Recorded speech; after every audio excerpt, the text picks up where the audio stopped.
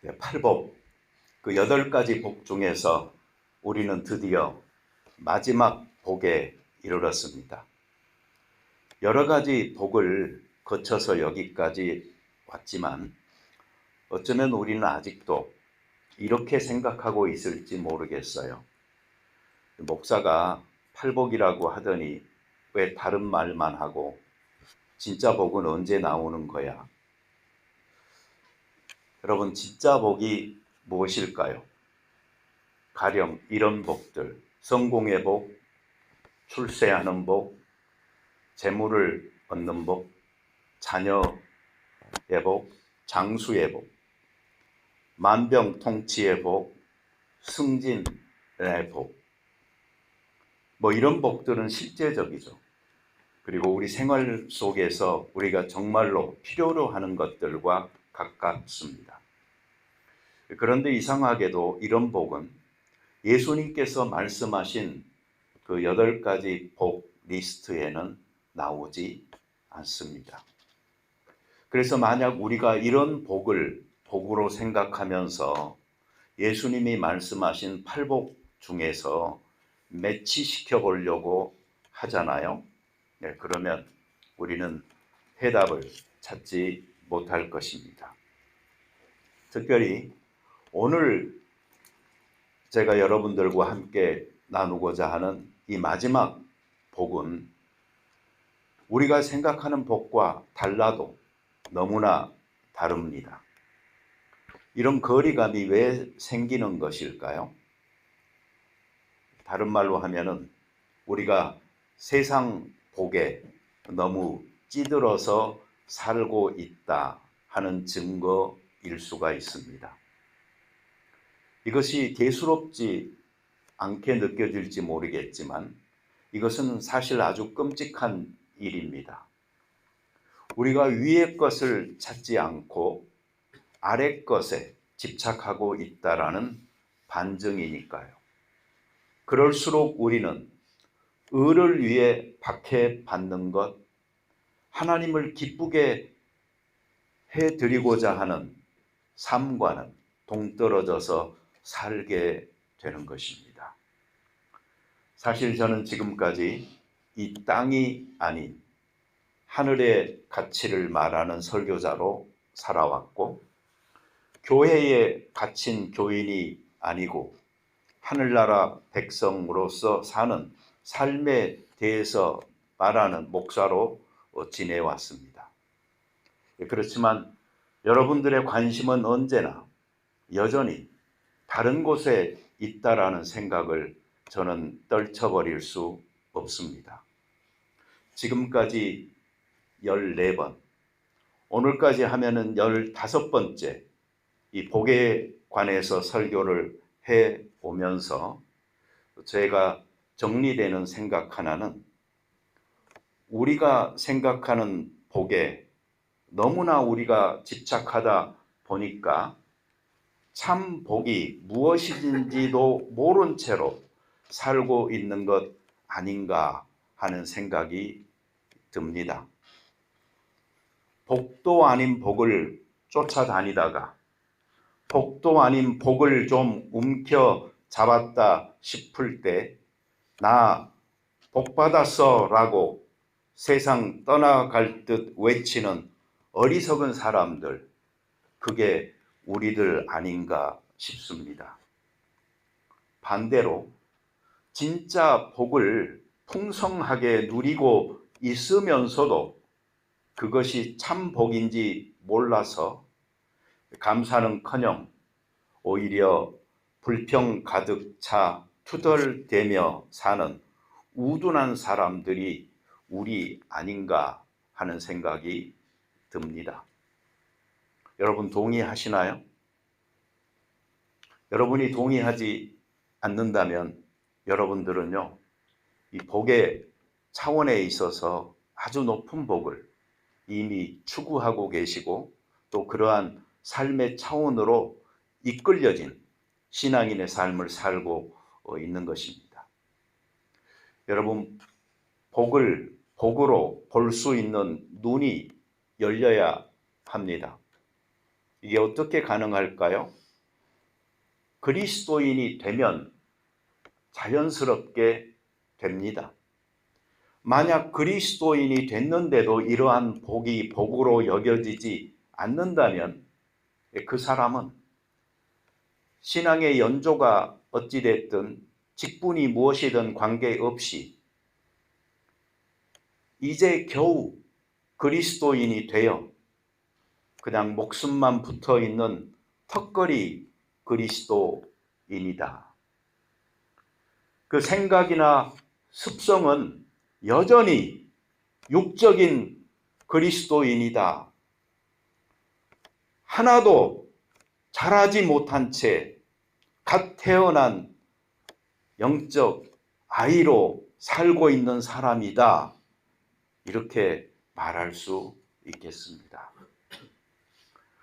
세상적으로는 몸이 커야지 성장했다라고 말합니다.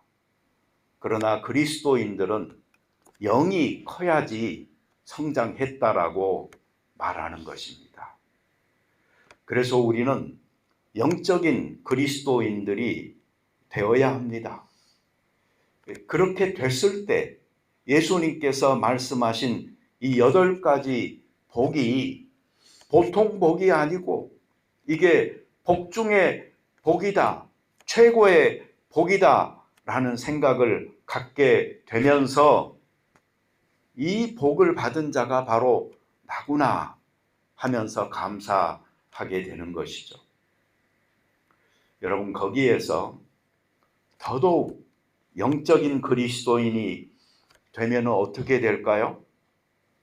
그때는요, 세상적 기준으로 봤을 때 복이 아닌 복이 좋아서 적극적으로 이 복을 추구하게 됩니다.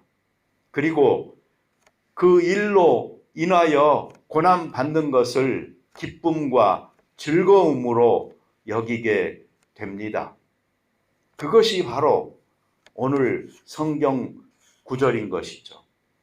나로 말미암아 너희를 욕하고 박해하고 거짓으로 너희를 거스려 모든 악한 말을 할 때에는 너희에게 복이 있나니. 이 말씀 앞에 아멘 할 수 있게 되기를 바랍니다. 박해받는 자. 여러분, 박해가 무엇이죠? 이것은 종교 탄압과 연관되어져서 사용되는 말인데 실제로 우리는 박해받는 자들을 위해서 기도하고 후원하기도 합니다. 그렇지만 직접적으로 박해를 받고 싶지는 않는 사람들이 우리 아닐까요? 그러면 박해받은 자입니까? 아닙니까? 아니지요.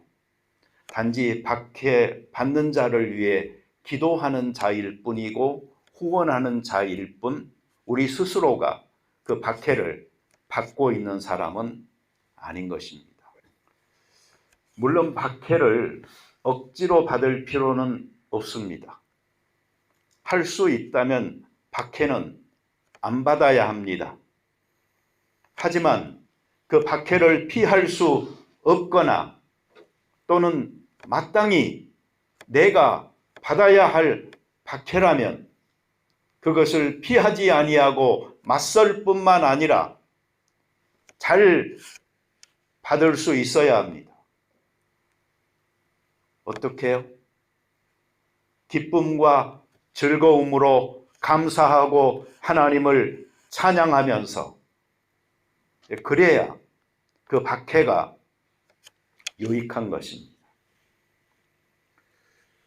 의에 줄이고 목마른 자 이미 우리가 살펴봤죠. 그런데 그 의에 줄이고 목마를 뿐만 아니고 그 의를 위하여 박해를 받을 수 있는 자, 그런 사람들이 우리 역사에 종종 있어 봤습니다. 일제 식민 통치에 대항하여 독립운동에 헌신한 유관순 열사, 한국인들이 잊을 수 없는 인물입니다. 우리는 그의 대한독립 만세 소리를 기억할지 모르겠지만 그 외침을 가능하게 했던 것은 바로 기독교 정신이었던 것입니다.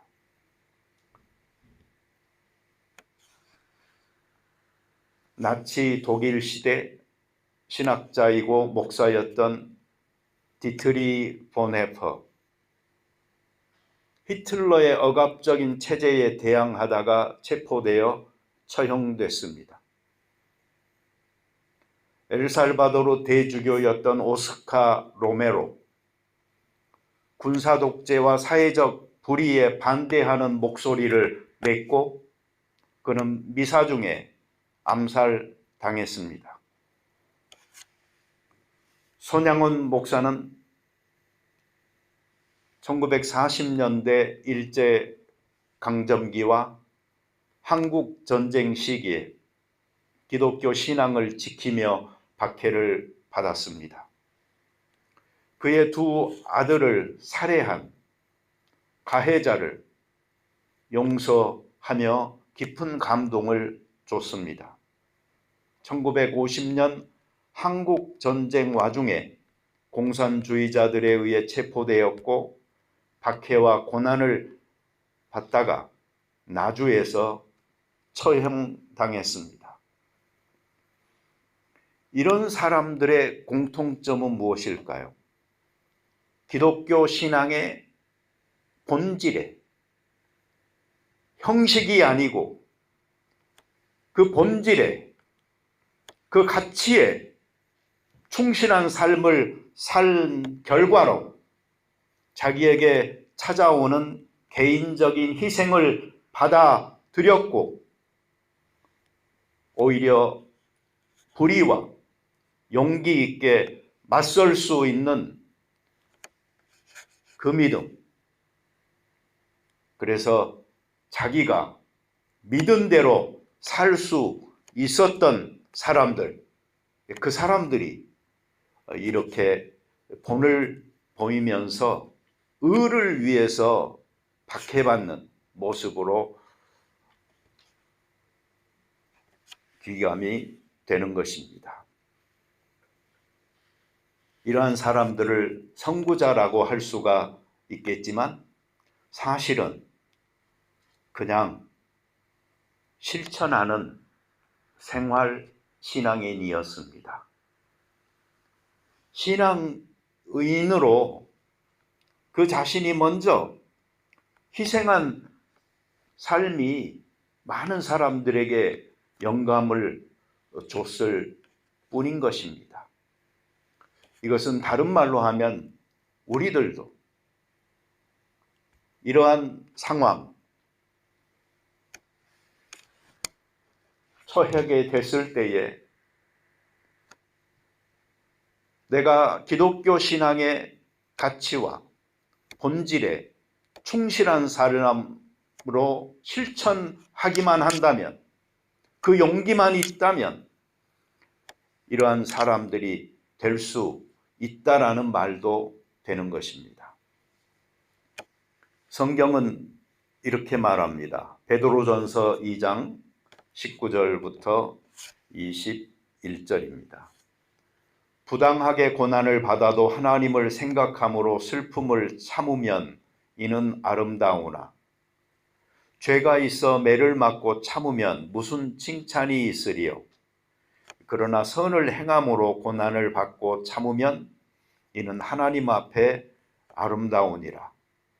이를 위하여 너희가 부르심을 받았으니 그리스도도 너희를 위하여 고난을 받으사 너희에게 본을 끼쳐 그 자취를 따라오게 하려 하셨느니라.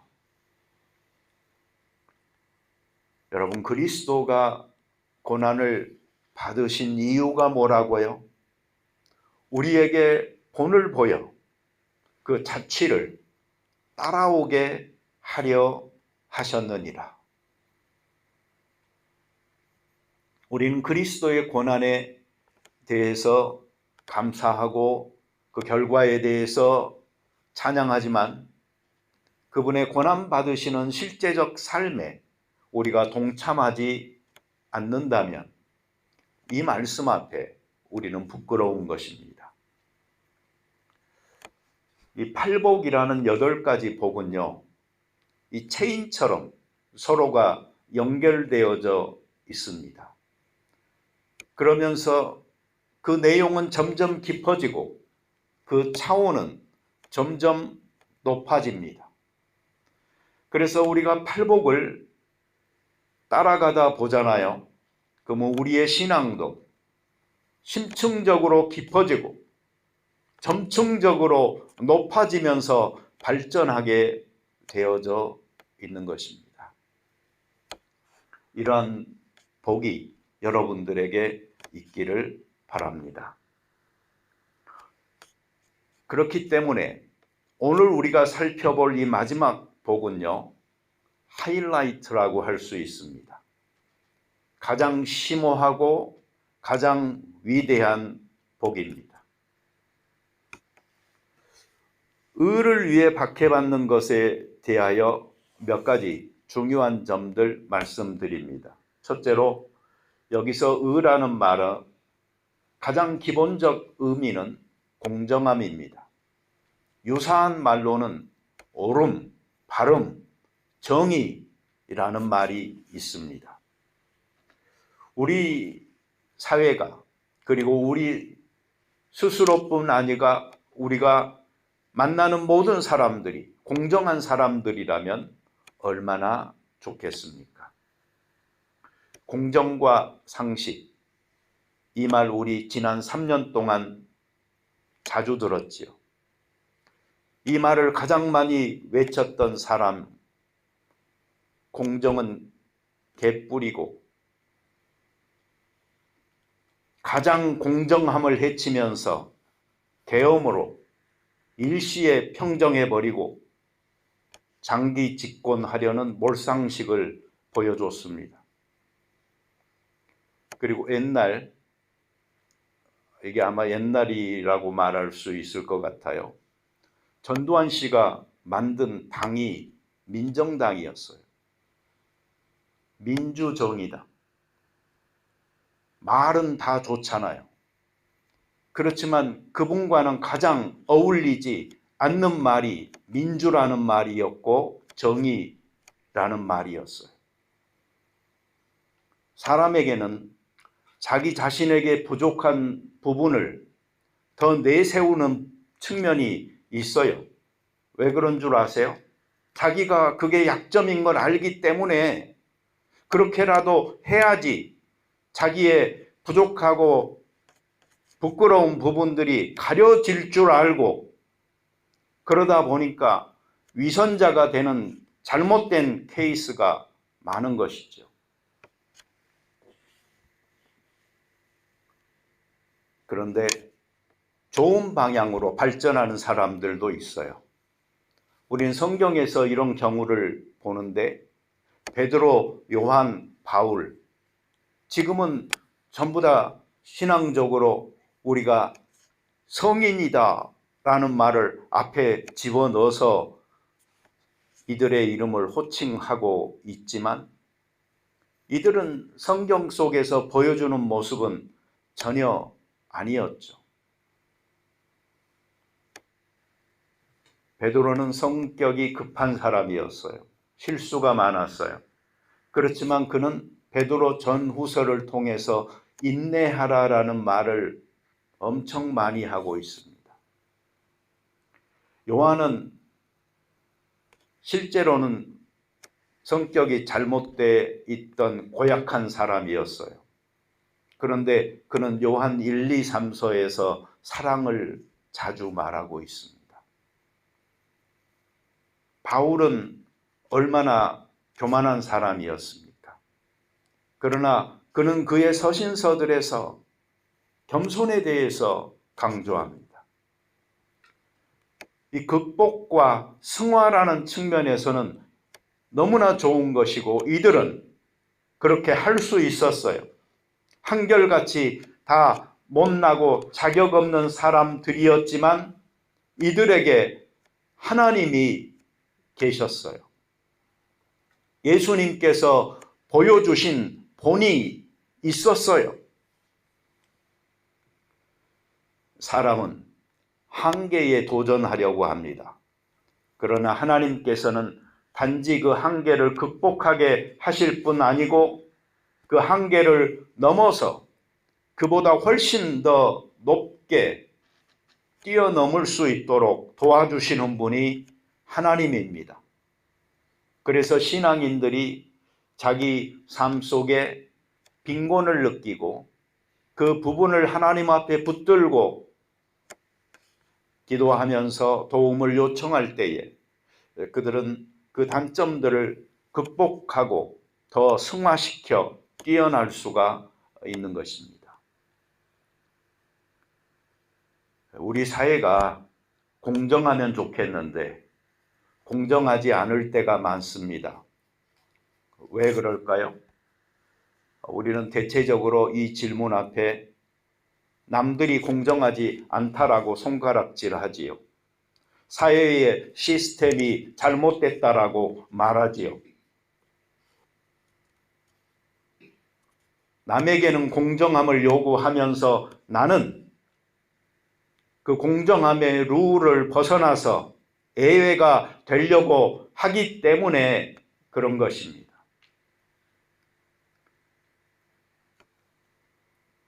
공정이 좋은 것인데 어떤 때는 이것이 나에게 불리한 것이 되거든요.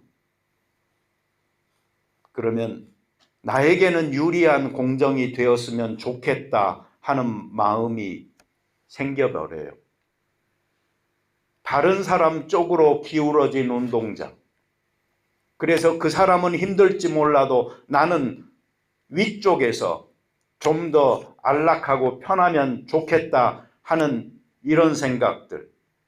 특혜를 누리며 특권층에 속하기를 바라는 그 마음이 우리에게 있는 한 이 공정한 사회는 되기가 힘든 것입니다. 그러다 보니까 사람들은 개인뿐만이 아니고 학연, 혈연, 지연 등으로 똘똘 뭉쳐가지고 함께 특혜를 나누고 누리며 살기를 바라니까 어떻게 우리 사회에 공정함이 이루어지겠어요?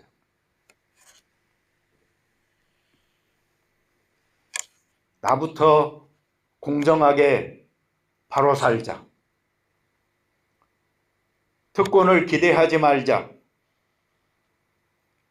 기회가 있더라도 거절하자. 이래야 공정할 수 있는 것입니다. 의를 위해서 핍박받는 자가 되려고 한다면 의의 가장 기본적인 의미인 그 공정함을 위하여 내가 손해볼 각오가 되어져 있을 때 가능한 것입니다. 둘째로 성경은 예수 그리스도가 하나님의 의다 이렇게 말합니다. 여러분, 하나님의 그 공정함은요 절대 평가제가 아닙니다. 상대 평가제예요. 자기 기준으로 평가하면 누구도 의로울 수 없어요. 하나님의 눈앞에는 누구도 불합격입니다. 그래서 그 사람의 나약함, 연약함 인정해주고 받아들이면서 전혀 다른 게임의 룰을 적용하시는 분이 하나님이세요. 그래서 오직 믿음으로 의롭게 되고 또 믿음으로 구원 얻는 도가 기독교에서 말하는 진리인 것이고 예수 그리스도의 십자가를 통한 의롭게 되어지는 방법인 것입니다. 사람은 누구나 다 자기 잘난 맛에 살려고 합니다. 아마도 이 맛 없으면 살아도 사는 것 같지 않아서 그냥 죽어버리고 싶은 사람이 많을 겁니다. 그리고 또 어떤 사람은 하나님 앞에조차 자기 의를 내세우며 살고자 합니다. 로마서 10장 3절은 이런 경향에 대해서 딱 부러지게 말하죠. 하나님의 의를 모르고 자기 의를 세우려고 힘써 하나님의 의에 복종하지 아니하였느니라. 자기 똑똑하고 자기 잘났고 자기 선하고 가득 찬 이 자아 비대증으로 인하여 우리들은 하나님 앞에 선 나 자신을 발견하지 못할 때가 많이 있습니다. 어떤 사람들은 남의 의에 기대어서 하나님 앞에 나아가려고 합니다. 존경받는 영웅이나 위인이나 성인이나 교주가 구원자가 될 수 없습니다. 그들의 의가 하나님의 의가 아닙니다. 어떤 누구도 남의 공로에 기대어 의롭게 될 수 없어요. 내 부모, 내 스승의 공덕으로 내가 하나님 앞에 의롭게 되는 거 아닙니다. 사도행전 4장 12절은 명확하게 말합니다. 다른 이로서는 구원을 받을 수 없나니 천하 사람 중에 구원 받을 만한 다른 이름을 우리에게 주신 일이 없음이라. 셋째로 우리는 그리스도의 의를 덧입어야지만 의롭게 되어집니다. 나의 의는 이루기도 힘들고 혹 이루었다 할지라도 결국은 나의 자랑거리가 되어져서 스스로 무너지게 만듭니다. 덧입는다는 것은 나의 의가 누추하다라는 사실을 깨닫는 것이고, 다음으로는 죄인인 우리를 대신해서 죽으신 예수 그리스도의 의만이 나를 살린다는 믿음을 갖는 것입니다. 생각해 보세요. 내가 무엇이 그리 잘났습니까? 여러분 힘이 세시나요? 영원하시나요? 인간은 자연 앞에서 한없이 약하고 세월 앞에 장사 없습니다. 그리고 우리들 자신보다 훨씬 더 똑똑하고 잘난 사람들은 온 천지에 널려 있고요. 저는 찬송가 중에 예수 십자가에 흘린 피로써 그대는 씻기어 있느냐 하는 찬송 부를 적마다 여기에 복음의 진수가 담겨 있다 하는 생각을 해봅니다. 우리의 그 의복을 벗어버리고 예수 그리스도의 의로 우리가 덧입을 때에 우리는 빛의 갑옷을 입게 되는 것입니다. 로마서 3장 12절은 이렇게 말하죠. 밤이 깊고 낮이 가까웠으니 그러므로 우리가 어둠의 일을 벗고 빛의 갑옷을 입자. 그리스도인들은 이 빛의 갑옷을 입고 세상 속에서 살아가는 사람들입니다. 그래서 이 세상 속에서 숨길 수 없이 드러나는 소금과 빛의 삶을 살게 되는 것입니다. 예수 그리스도가 바로 하나님의 의이고 예수님을 믿을 때 이 그리스도의 의를 덧입어 의롭다 함을 얻은 그리스도인된 우리들이 세상 속에서 가져야 될 정체성이 바로 이것입니다. 결론적으로 말씀드립니다.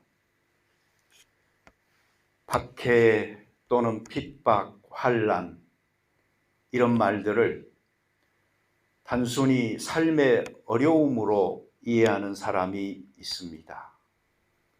생활이 어렵다거나 마음이 아프거나 심령이 눌렸거나, 물론 이런 사람들을 하나님께서 함께 하시고 돌보십니다. 그러나 단순히 내가 어렵게 산다고, 고생한다고 천국이 그들의 것이 되지 않습니다. 여러분 혹 놓치셨을지 모르겠습니다만 의를 위하여 핍박을 받을 자가 아니고 받은 자라는 사실을 우리는 기억할 필요가 있습니다. 앞으로 내가 그렇게 박해를 받는 때가 오면은 받겠다라는 각오도 좋지만, 박해를 받은 자, 신앙을 가졌기 때문에 그로 인하여 환난과 핍박과 욕됨을 당한 자, 그들에게 천국이 그들의 것이라고 예수님께서 말씀하셨습니다. 동시성이라는 말이 있습니다. 키에르케고르라는 철학자가 중요한 개념으로 삼아서 자주 언급했던 말이었는데,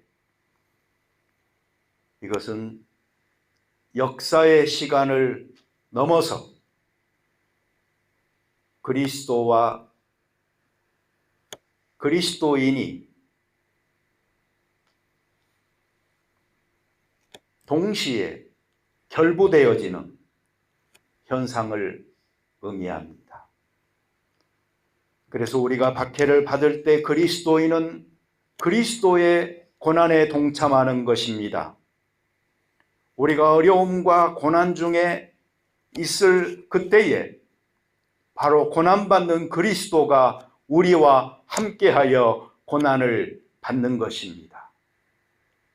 이러한 복을 우리가 누리면서 살아가는 신앙인들 되어졌으면 좋겠습니다. 같이 기도드리겠습니다. 사랑해 주님 감사합니다. 의가 우리는 좋습니다. 그래서 의롭게 되고 싶습니다. 의에 대해서 줄이고 목마른 자가 되고 싶습니다. 이러한 우리의 갈망 그 뒤편에는 그러나 의를 위해서 박해받고 싶지는 않습니다 라는 속마음이 숨겨져 있는 것은 아닐까요? 하나님 앞에 들켜버린 사람처럼